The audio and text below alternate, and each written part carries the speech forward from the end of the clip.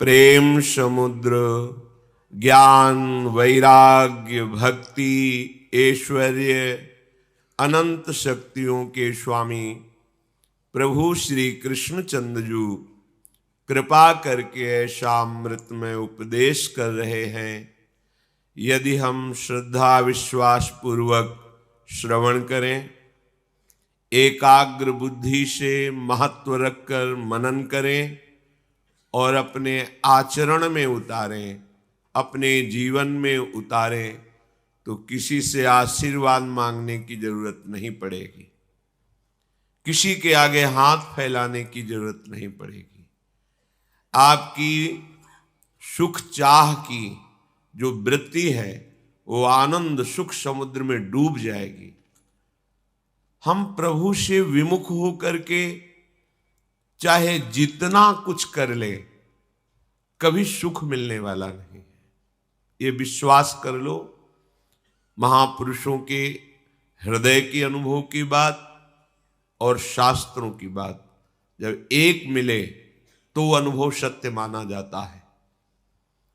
प्रभु से विमुख हो करके कुछ भी कर लो, ना आपको शांति मिलेगी, ना आपको सुख मिलेगा, ना आपको विश्राम मिलेगा, भागते ही रहोगे। इस जन्म से उस जन्म, इस योनि से उस योनि, इस लोक से उस लोक।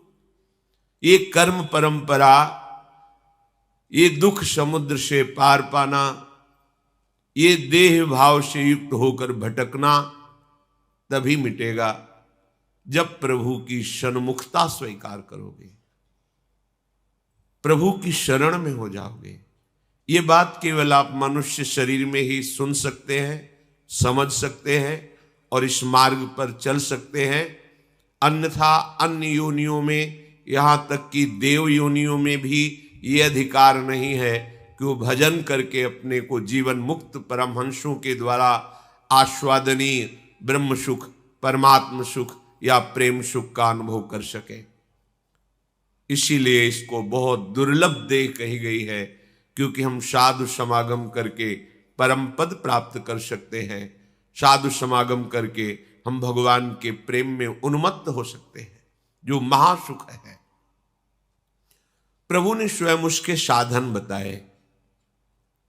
एक बताया अपना प्रिय भक्ति मार्ग, जिसमें सर्वतोभावेन मन से भी किसी का आश्रय नहीं लेना, मन से भी किसी अन्य बल का स्मरण भी ना रह जाना।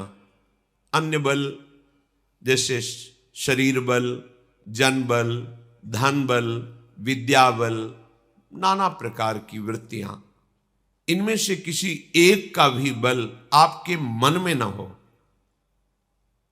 अन्य कोई आशा नहीं है तो केवल प्रभु से है, अन्यथा नहीं। अनन्य, भगवान ने अपनी भक्ति का स्वरूप बताया अनन्य। मई अनन्य भावेनो, मेरे में अनन्य भाव। अपने को लग सकता है क्या भगवान को ईर्ष्या है क्या, जो कहते किसी और का सहारा ना लो, किसी और बल का आश्रय मत लो, क्योंकि और बल है ही नहीं, केवल भ्रम है, केवल भ्रम।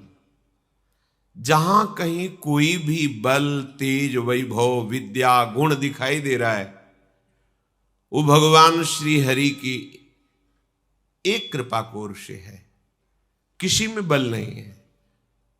जिसमें भी जो बल दिखाई दे रहा है वो महाबल श्री हरि का है, दूसरे का नहीं है। कई बार सत्संग में बताया है, चाहे वो महाराज गरुण देव जी हो, चाहे भी कोई देवता हो, लोकपाल हो, ब्रह्मा जी भी हो, किसी की सामर्थ्य नहीं है, सब सामर्थ्यशाली भगवान से ही हुए हैं। जब भगवान बाल गोविंद के सखाओं के साथ भोग पाती हुई उस लीला को देखा तो ब्रह्मा जी को लगा एक ऐसा भगवान है, बछड़ों का हरण करना, सखाओं का हरण करना।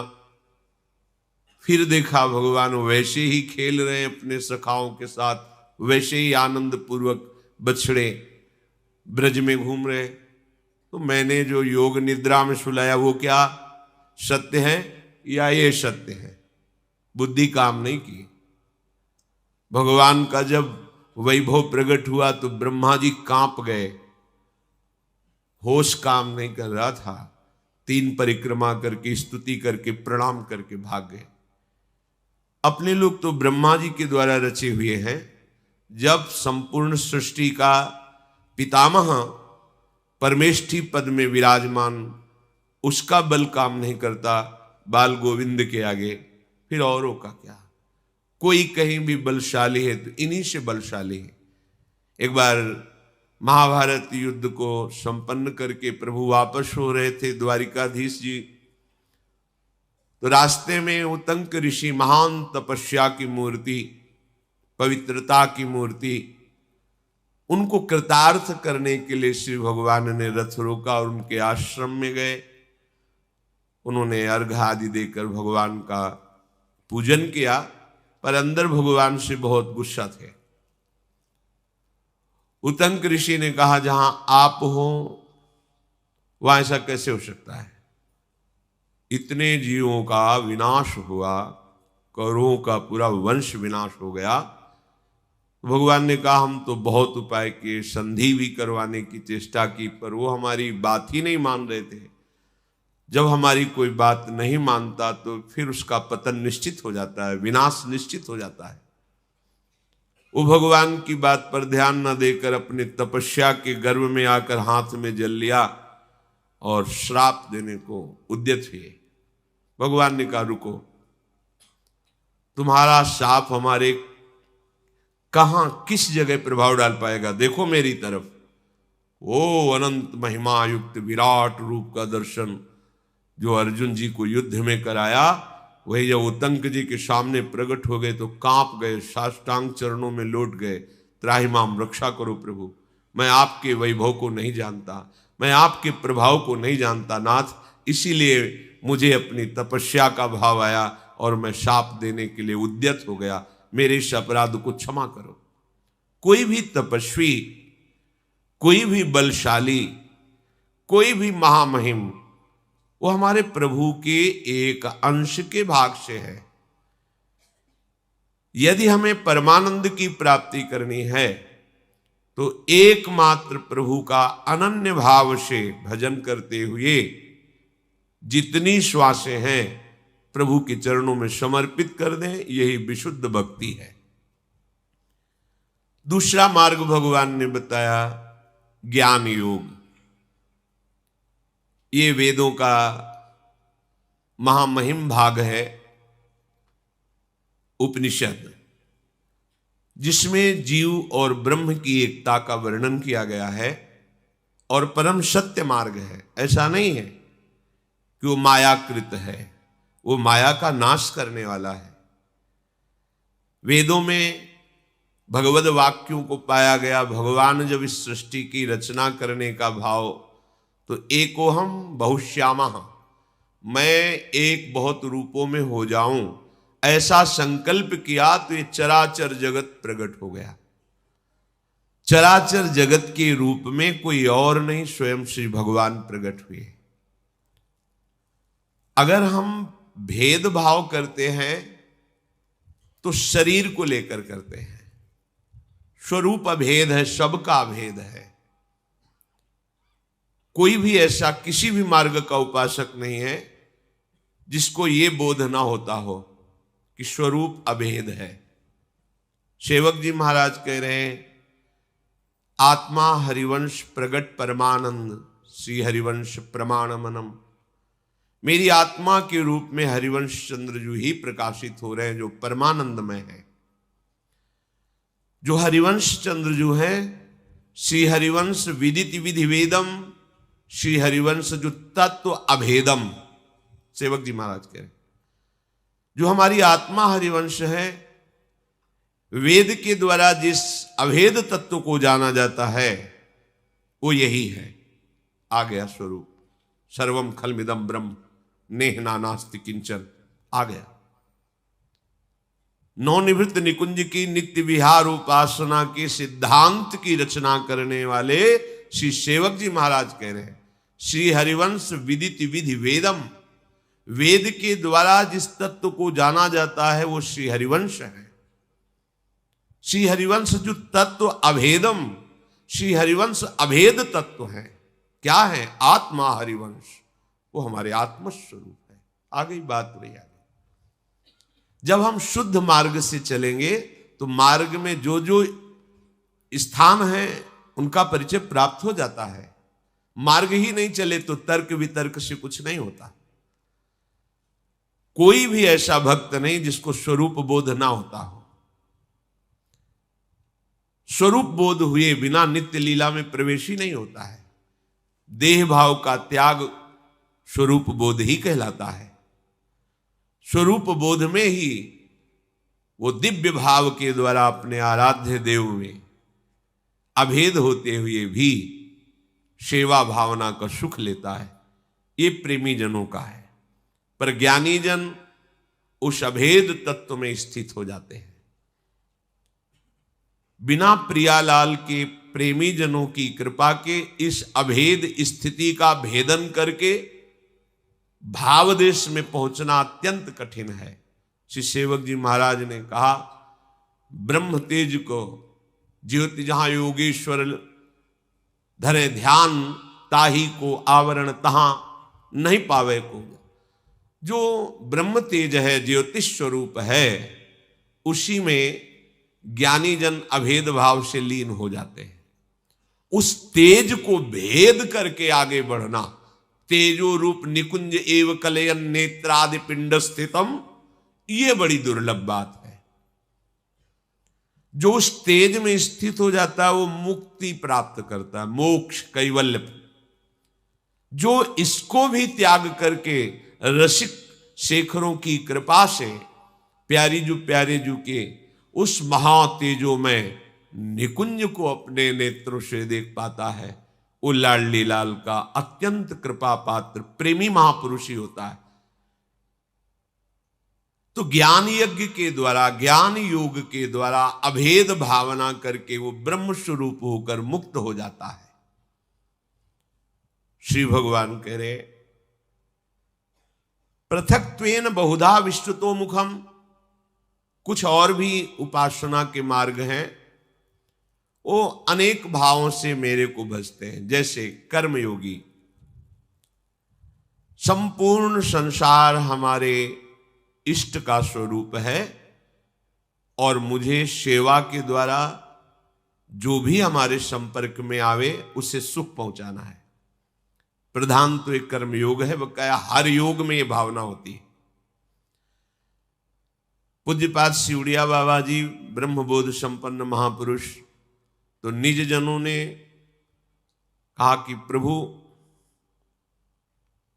मैं जानना चाहता हूं कि आप कौन है। तो उनका आपने क्या देखा, मैं कौन हूं? तो उनका ब्रह्म। तो ब्रह्म को तुम नेत्रों से देख सकते हो क्या? चुप हो गए। क्या तुम अपनी पार्थिव दृष्टि से ब्रह्म को देख सकते हो क्या? तो बाबा आप ही बता दीजिए आप कौन हैं। उनकी वाणी में पढ़ के देख लीजिए। बाबा कहते मैं चराचर का एक सेवक हूं। गजब की बात। जो आत्मस्वरूप ब्रह्म में लीन महापुरुष हैं अभेद भक्ति के द्वारा, वो कह रहे हैं मैं चराचर जगत का सेवक हूं। अंततो गत्वा बात इसी में स्थित होती है। सब जगह अपने आत्मा का अनुभव करते हुए सबको सुख पहुंचाना, यह हर उपासक का कर्तव्य होता है।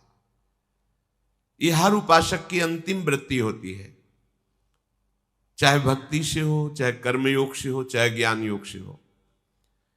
यदि आप किसी को भी दुख पहुंचाते हैं, किसी को वचन चेष्टा के द्वारा हिंसात्मक वृत्ति करते हैं, तो आप किसी मार्ग के पथिक हो, आपको सफलता नहीं मिलेगी। किसी एक जीव को भी आपके द्वारा जानकारी से कष्ट पहुंचाया जा रहा है तो आप अपने इष्ट देव को नहीं रिझा सकते। भगवान कपिल देव जी ने कहा कि जो हमारे श्री विग्रह की खूब अच्छे अच्छे पदार्थों से सेवा करता है, पर अन्य देहधारियों से ईर्ष्या करता है, द्वेष करता है, कटु व्यवहार करता है, हिंसात्मक वृत्ति रखता है, तमोगुण के द्वारा व्यवहार करता है, तो उसकी की हुई वो हमारी सेवा ऐसे हो गई जैसे राख में किया हुआ हवन, बेकार। सब में हमारे प्रभु हैं और मैं सबका सेवक हूं, ये भाव बहुत जल्दी भव समुद्र से पार कर देता है, पर है कठिन, बहुत कठिन है। क्योंकि जब कोई हमारे सामने अनुकूल व्यवहार करे तो हमारा भाव बन सकता है, पर जब कोई गंदा और प्रतिकूल व्यवहार करे तो उसमें कैसे भगवत भावना बन सकती है? क्योंकि हम गुण दोष से युक्त भी हैं। जब हम गुणातीत स्थिति को प्राप्त होंगे तभी ऐसा भाव सिद्ध हो सकता है।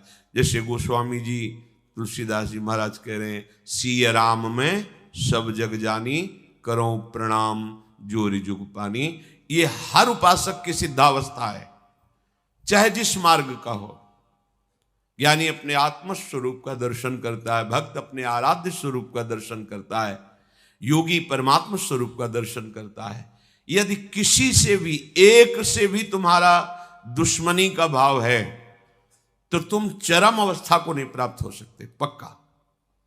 अजात शत्रु हुए बिना कोई जीवन मुक्त परमहंसों के आनंद को प्राप्त नहीं होता।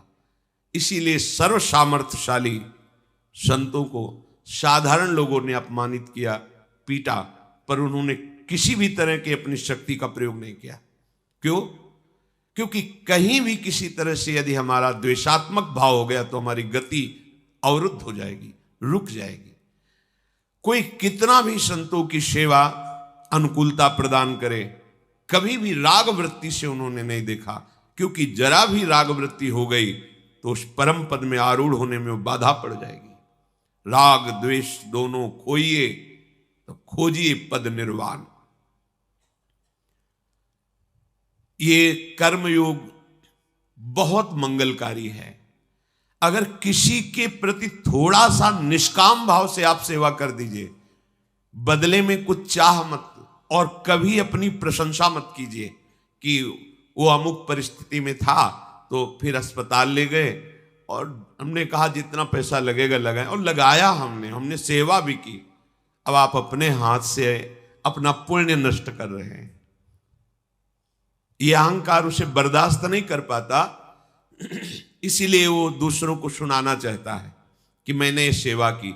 नहीं, थोड़ी सी निष्काम सेवा आपको भगवत प्राप्ति के मार्ग पर आरूढ़ कर देगी।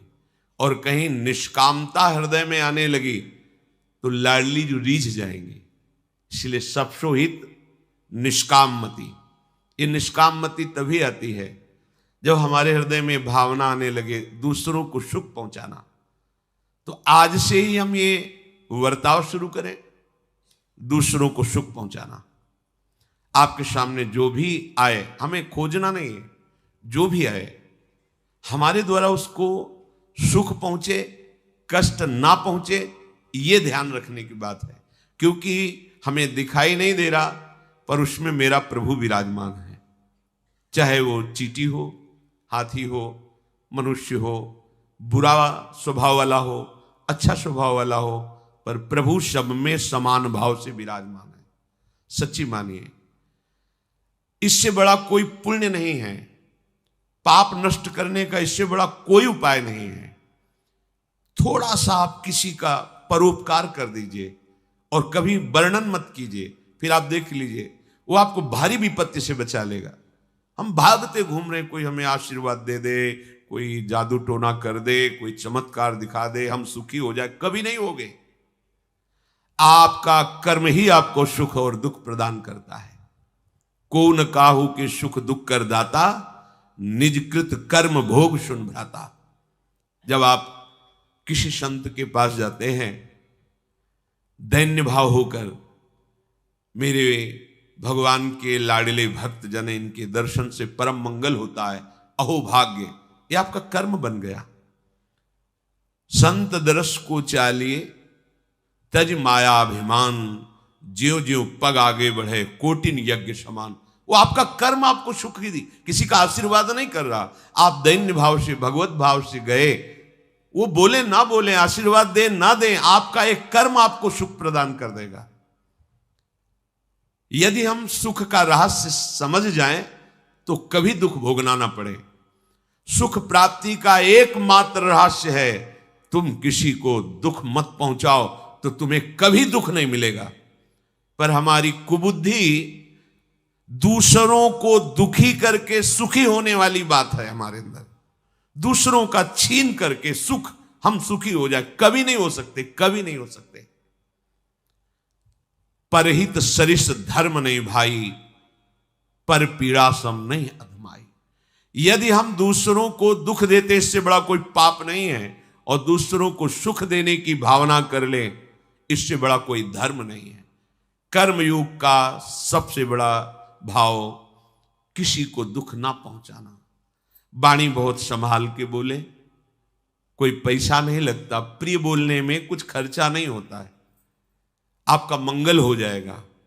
वाणी एक अमोल है, जो कोई बोले जान ये तराजू तौल के तब मुख बाहर आन। बहुत संभाल कर बात कीजिए। बात में इतनी दम है कि अगर आपने उसे कड़ुआ करके बोला तो उसका हृदय दुखी हो जाएगा। मृदु बोला, शांत भाव से बोला, तो अभी भले वो हमारे प्रति ईर्ष्या रखता है, द्वेष रखता है, लेकिन आगे चल करके उसका हृदय हमारे प्रति झुक जाएगा। क्योंकि हम कभी कठोर वार्ता, कठोर व्यवहार नहीं करते, क्योंकि हृदय में भगवान सबके बैठे हुए हैं। श्री भगवान ने कहा, कुछ उपासक कर्म योग के द्वारा उपासना करते हैं। ये योग सब योगों में होता है, ज्ञानी में भी होता है, पर वो करता नहीं होता, पर उसके द्वारा चेष्टाएं सर्वहितकारी ही होती है, सर्वमंगलकारी ही होती है। हमें तो कहीं अलग नहीं दिखाई दिया, ना तो ज्ञान योग, न कर्म योग, न भक्ति योग। गुरु कृपा से जब तीनों में चिंतन गया तो दिखाई दिया कि ये सब एक ही वस्त्र के धागे हैं, अलग कुछ नहीं है। कुछ अलग नहीं, कुछ अलग नहीं, किंचित मात्र अलग नहीं।